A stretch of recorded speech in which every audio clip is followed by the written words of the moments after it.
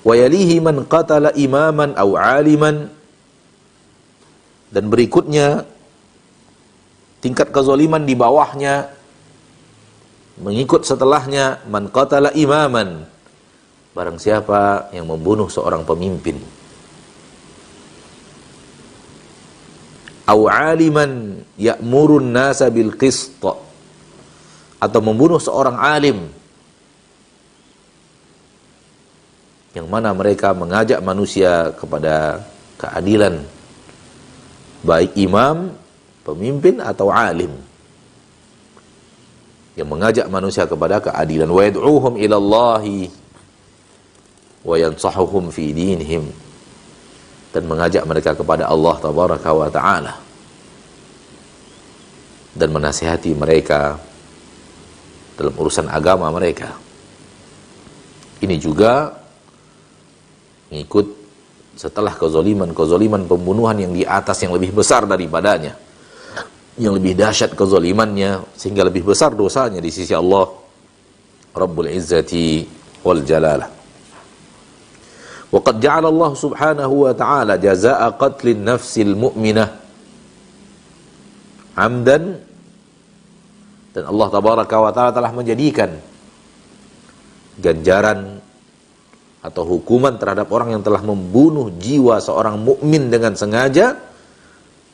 Pertama, al-khuludu finnar, khulud di dalam api neraka, wa ghadabul jabbar, dan murka Allah yang maha perkasa, wa la'natuh, dan laknat Allah tabaraka wa ta'ala, wa i'dadal adzabil azimilah, dan telah disiapkan adab yang sangat dahsyat untuknya. Ini ancaman Allah tabaraka wa ta'ala Rabbul Izzati wal Jalalah terhadap orang yang membunuh jiwa seorang mukmin dengan sengaja.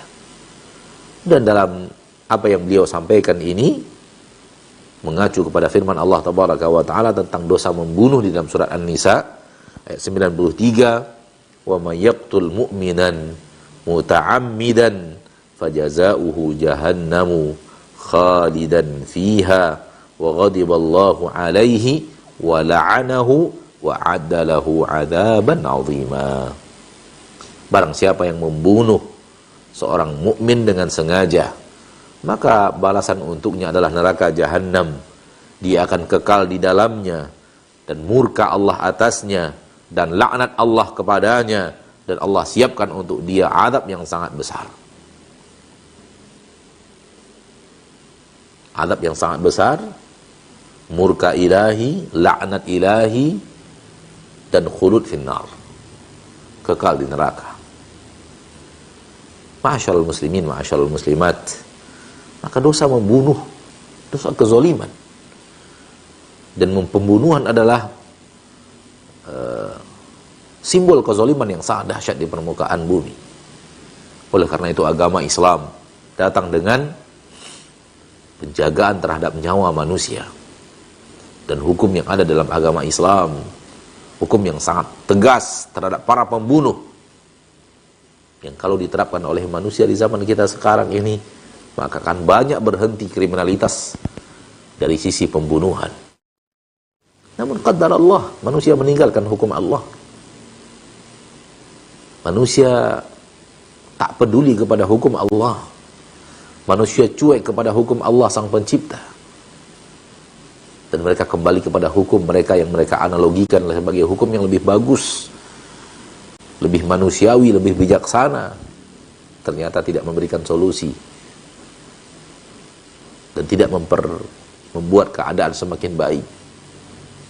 Sehingga nyawa kita sekarang di permukaan bumi ini, sekarang ini, di zaman kita sekarang ini, begitu murahnya.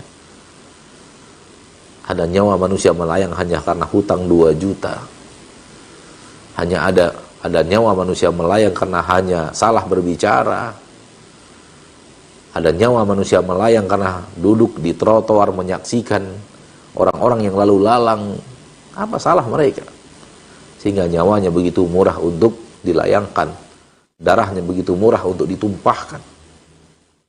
Yang semua itu dikarenakan hukum Allah tabaraka wa ta'ala tidak ditegakkan di permukaan bumi.